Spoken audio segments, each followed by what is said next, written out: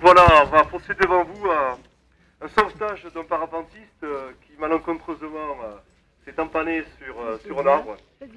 Donc avant toute chose, tant que les équipiers se préparent, là, il faut savoir que le PGM de Murat, donc unité spécialisée secours en montagne, fait partie des 22 unités qui composent tous les massifs montagneux en France, y compris la Corse et la Réunion.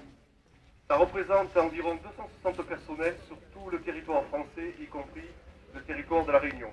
Donc vous voyez que ça fait très peu de personnel. Donc là-dedans, je compte bien sûr les Alpes, les Chamonix, Grenoble, toutes les Pyrénées, pour ceux qui connaissent, le Massif central, les Vosges et le Jura, donc partout où il y a des massifs montagneux.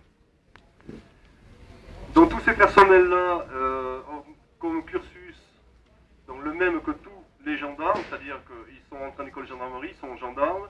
Par contre, à un moment donné, ces gens-là qui ont un fond de montagnard ont suivi des stages de montagne, à l'issue duquel ils sont accédés donc, à un examen qui se passe à Chamonix sur une semaine, leur permettant d'accéder à la spécialité. Il faut savoir qu'à peu près chaque année, le renouvellement est de 10 à 12 personnels. Vous voyez, c'est pas énorme, mais il n'y a à peu près que 10 à 12 personnes qui sont sélectionnés parmi les gendarmes donc, qui ont ce qu'on appelle le guide militaire, donc les diplômes les plus hauts militaires, et il y a encore une sélection qui se fait au niveau du Centre national de formation qui se trouve à Chamonix. Donc en plus de la formation de montagnards, ils sont secouristes, donc qui dit secouriste, donc ils le sont au même titre que tous nos partenaires, donc ils sont PSE1, PSE2, donc ont dans leur sac à dos à proximité, donc tout ce qui est oxygène, DSA, défibrillateurs semi-automatiques, et tout le matériel donc pour pallier aux interventions qu'ont à faire les secouristes.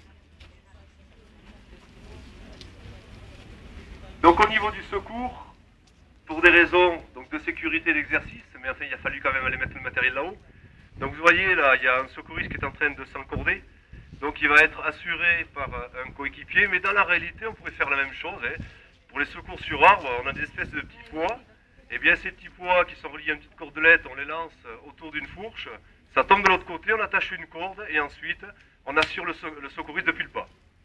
Donc la méthode pour y accéder, elle est un peu particulière, et si parmi nous il y a des élagueurs, des bûcherons ou même des personnels qui travaillent au niveau des télécommunications, ça va un petit peu les surprendre. Alors on a le matériel des télécommunications qui sont des griffes qu'on met sur le côté des chaussures et qui permettent d'accéder à des poteaux, mais vous voyez la largeur de l'arbre, il faudrait écarter énormément les jambes et puis à un moment donné les griffes pourraient sortir. Donc on procède comme sur les cascades de glace, donc avec deux piolets de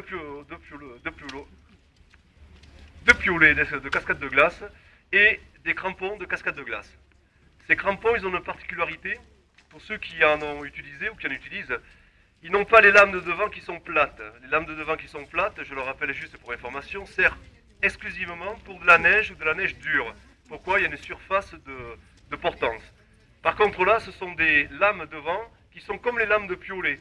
Elles sont verticales et elles sont cannelées et crantées dessous, ce qui évite que le crampon ne sorte accidentellement de l'endroit où il est implanté. Donc vous voyez là, il arrive donc à la première sangle de sécurité. Il va progresser jusqu'à l'amarrage supérieur, de façon à s'attacher et d'aller voir un petit peu ce qui s'est passé au niveau de la victime.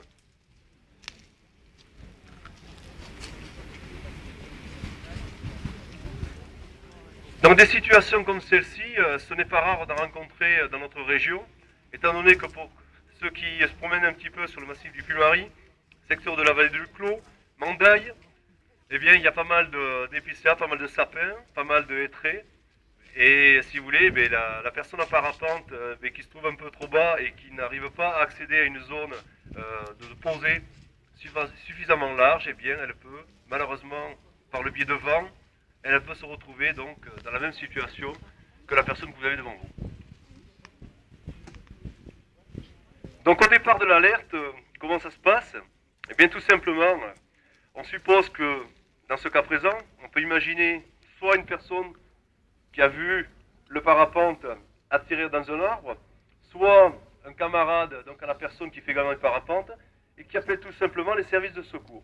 Donc il appelle indifféremment soit le 15, soit le 17, soit le 18, soit le 112.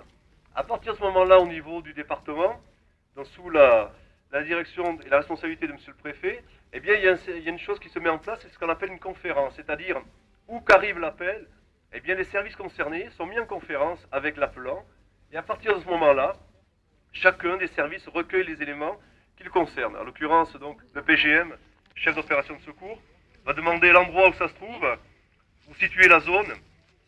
À partir de la zone, il va savoir la hauteur à peu près des arbres et le matériel qui lui sera nécessaire pour accéder à la zone et pour aller secourir le parapentiste.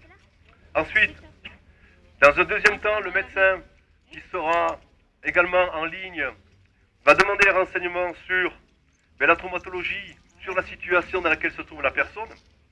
Si elle est consciente, hémorragique, etc., là ça sera difficile parce que la personne sera dans l'arbre, donc il n'aura pas beaucoup de renseignements.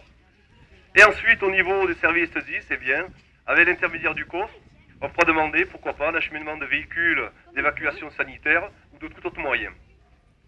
Voilà, donc vous voyez, le secouriste, donc, après s'être sécurisé, on appelle ça sécurisé, c'est-à-dire attaché à une chose qui tient bien, c'est-à-dire une sangle ou tout autre moyen, mais pas une branche, donc au niveau du tronc. Et ensuite, il va faire, dans un premier temps, c'est assurer et sécuriser le parapentiste. Parce qu'il est bien évident que la voile qui s'accrochait là, on ne sait pas comment elle tient. Et par le fait de vent, le phénomène de vent, l'arbre bougeant, eh bien, la voile et le parapentiste peuvent tomber au sol. Donc le but, c'est de ne pas aggraver sa situation et de le mettre en sécurité. Une fois que c'est fait, donc, je vous ai dit tout à l'heure, on nous a dit que là, le parapente avait heurté l'arbre. Donc on suppose que la personne elle-même a heurté l'arbre, donc a pu se donner un coup à la tête. Donc il va lui placer ce qu'on appelle un collier cervical pour, lors de la descente, éviter que la tête ne bouge dans un sens ou dans un autre, car d'après le bilan qui a été fait par les secouristes, la personne est inconsciente, elle respire et il a un pouls, ce qui veut dire que le cœur fonctionne. Par conséquent, comme il ne peut pas répondre aux questions, on ne peut pas avoir d'éléments sur le fait qu'il ait touché l'arbre, on ne sait pas comment ça s'est passé, il lui met en prévision, et pour éviter une aggravation, il lui met un collier cervical. Une fois que cela sera fait, eh bien, le secouriste qui se trouve au sol va à l'aide d'une corde alléger la sellette, c'est-à-dire le siège où se trouve le parapentiste, pour le décrocher de la voile, et ensuite il va l'acheminer au sol, où un autre secouriste va le réceptionner afin de faire un nouveau bilan.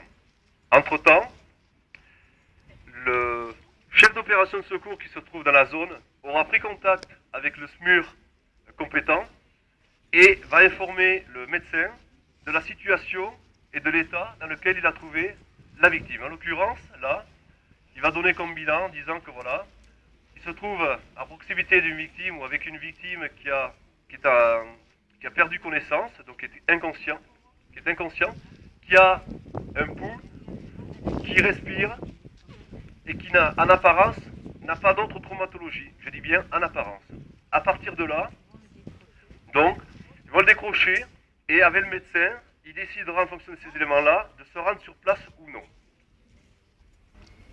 Donc vous voyez, à l'aide d'autres en amarrage, et je ne sais pas si vous voyez, vous voyez beaucoup de cordes là où tient le secouriste, ça s'appelle des poulies, on appelle ça nous les poulies Jiminy, c'est-à-dire en fait, ça démultiplie par 4 le poids de la victime. C'est-à-dire que la personne qui fait 100 kg, eh bien, à la traction à la corde, vous avez 25 kg.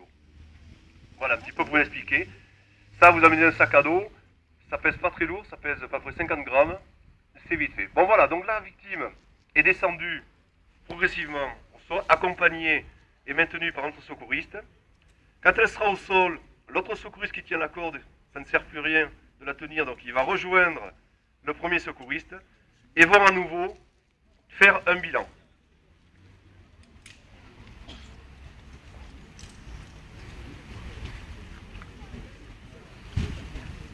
Alors il faut savoir que la victime, avant de la sortir de son siège, parce que dans le siège elle est attachée, elle est bloquée, eh bien, on reprend les constantes, c'est-à-dire respiration et rythme cardiaque, et ensuite on refait un bilan. Alors là, je peux vous dire, bon, on bascule sur le mannequin, pourquoi?